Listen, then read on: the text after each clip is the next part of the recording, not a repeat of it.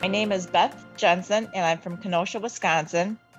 And I had them installed because I was getting water in my basement and my old gutters were really, really bad. It was installed in one day and they were really quiet, and they really installed them very, very well.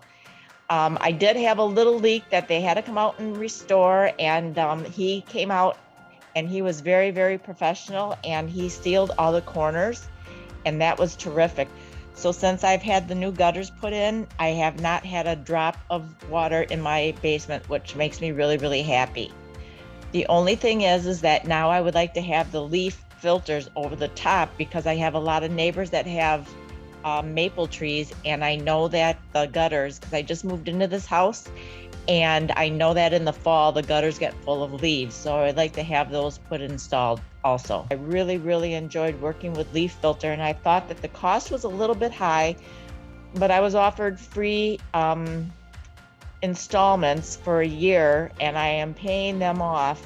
So it's really a nice, convenient way to do it, and I don't have any interest or anything on it. So it's really, really nice, and I really enjoy having them do that for me. But it was a little costly, but probably worth it, because my downspouts are perfect now, and I really, really like them.